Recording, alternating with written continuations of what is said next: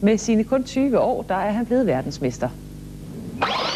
Jeg har kørt i 7 år cirka, og så har jeg prøvet nogle gange at vinde Tamiya Cupen i Danmark.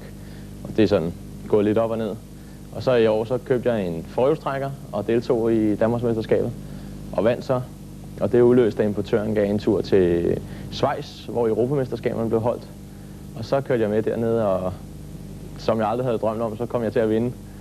Og det gjorde så igen, at selve fabrikken, der laver bilerne, sponsorerede en tur til Japan i en uge med ophold og det hele. Der skulle jeg så møde den bedste fra USA, og så de cirka 87 bedste fra Japan i samme klasse og køre VM. Og det gik jo også utroligt godt, det må man sige. Søren købte mere eller mindre bilen for sjovt, da han vidste, at chancerne for at vinde og komme med til den europæiske finale var rimelig store. En oplevelse, han ikke ville lade gå fra sig. Men at den skulle gå hen og blive så stor, at han vandt både EM og VM, det havde han aldrig i sin vildeste fantasi drømt om. Det er aldrig sket før i Japan, at en af europæerne har løbet af med sejren. Og til Europamesterskaber, der er aldrig en af danskerne, der har løbet af med sejren. Så bare det var jo helt utroligt, ikke? Den klasse Søren vandt i er en standardklasse, hvor alle bilerne er ens. Det vil sige, at man simpelthen får udleveret motoren og batterierne på stedet. På den måde kommer alle bilerne stort set til at køre lige hurtigt. Det så kommer an på, er at finde en god kørestil. Altså, du kan godt komme hurtigt over på banen, selvom du ikke er den hurtigste bil. Hvis du er langsommere end en bagved, så kan du sørge for at lukke inden svinget, så han er nødt til at tage farten af, og kan så ikke nå at overhale dig ud af svinget. Det er en god finte. Så der er også en del teknik i det her? Det er der. Og der er også meget, altså, hvis man kan finde ud af at sætte bilen op til banen, så kan man hente meget. Der er meget med støddæmper og hvad fjeder man skal bruge, og hårdhed i olie, og de rigtige dæk, og der er en god teknik der. Det er sådan lidt ligesom sådan med de store, rigtige biler? Det er det, fuldstændig. Der er i hvert fald lige så mange ting, man kan skrue på og justere på. Det er faktisk lige så spændende, som hvis man havde siddet inde i bilen. Fordi når man går op i tårnet og skal til at køre, så kommer der altså nerver på, ligesom normalt. Man begynder simpelthen at stå og ryste. Og hvis man ligger og fører finalen, og der ligger en og presser der meget bagved, så står man også fuldstændig tændt og meget nervøs mange gange. Så det er utroligt sjovt også. Man har et godt kammeratskab med alle de andre. Ikke? Alle kender mere eller mindre hinanden, når vi er ude til løbene. Ikke? Altså selv når vi tager til Jylland, så kender man en del derovre også. De kommer herover og kører også en gang imellem. Ikke? Så det er vældig sjovt. Om sommeren er der race næsten hver weekend, og så nytter det altså ikke noget, at man render for meget i byen med vennerne. Hvis det er vigtige løb eller noget, så er der ikke noget med at gå i byen dagen før. Fordi så er man for træt, og så er reaktionsevnen for langsom. Ikke? Altså det kan så godt ske en gang med til hyggeløb eller noget, det er lige, så betyder det ikke så meget.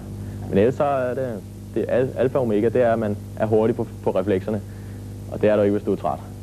Det var en af Sørens forældres venner, som for 7 år siden foreslog, at de købte en fjernstyret bil sammen. Den lå de så og kørte med hjemme i gården sådan lidt for sjovt. Indtil de fandt ud af, at Brøndby Motorklub lå lige i nærheden. Og så snart Søren fik foden indenfor her, ja, så gik det stærkt. Og i dag der ligger han i toppen herhjemme. Men selvom et af verdensmesterskaberne er i hus, ja, så er der stadig mange løb at vinde. Jeg er blevet verdensmester i Tamiya Cupen, som er sådan en lidt mere uofficiel klasse. Der er også, jeg kører nogle andre klasser om sommeren, hvor der er meget mere benhård konkurrence. Det tror jeg slet ikke overhovedet realistisk, at jeg har nogen chance for at vinde. Fordi dem, der vinder gang på gang, det er fabrikskører, som rent faktisk kører med udstyr, som andre ikke kan få fat på. Ikke? Så det er sådan helt anderledes. Nu har jeg vundet, altså jeg synes, det er godt at vinde Tamiya Cupen, fordi alle har samme udstyr. Så der er det køren, det kommer ind på. Ikke? Mange af de store løb, der er det også udstyr. Det er meget udstyr, det kommer ind på. Og der skal du altså have fødderne ind de rigtige steder. Nogle er sponsoreret og lever af at køre med det fra USA, blandt andet, og Japan også. Det vil dog aldrig kunne lade sig gøre herhjemme. Men Søren har dog alligevel formået at forene sin hobby med jobbet. Ja, jeg arbejder i Rødovre Hobby, og der går vi mest af tiden med at sælge fjernstøde biler, og både og samlesæt og racerbaner og alt sådan noget. Så kan jeg forene min hobby med mit arbejde. Det er jeg meget glad for. Man behøver dog ikke gå så meget op i det som Søren for at være med. Alle kan deltage på det plan, man nu engang er på. Brøndby Motorklub har 50 medlemmer, hvor alderen svinger fra 8 til 60 år. Alle har en chance for at være med. Du kan gå og købe en komplet fjernstødet bil med det hele for 2.000 kroner. Og så har du faktisk en chance for at være med i toppen og vinde en finale. Okay. Hvis du er god nok. Hvor lang tid tager det at lære at styre sådan en? Det svinger meget. For de fleste børn, der går det hurtigt. For voksne, der tager det lidt længere tid. Fordi man har idéerne fra, når man kører bil, og sidder inde bag bilen og kigger lige frem. Ikke? Det værste er så, når man står og styrer en fjernstødet bil, og den kommer imod dig, så står man og tænker over, om man nu skal dreje til højre eller venstre for at få bilen til at dreje til højre eller venstre, ikke? Hvor børnene, de tænker ikke over det. De har aldrig siddet i en bil og kørt den. De gør det bare. Altså, det er indlysende. Og man skal være hurtig på reflekserne. Bilerne kan komme op i en hastighed på 50-60 km i timen her på banen. Har du overvejet at begynde at køre sådan rigtige motorløb i rigtige biler? Det kunne jeg sådan godt tænke mig, men det har jeg slet ikke nogen økonomi til overhovedet, ikke? Altså, jeg elsker at køre motocross og go-kart og sådan noget, ikke? Alt, hvad der går stærkt, det er mig. Men altså, det har jeg slet ikke penge til. Og nu kører jeg det her, og jeg har det smadret sjovt. Hvor længe tror du bliver ved? Lang tid frem.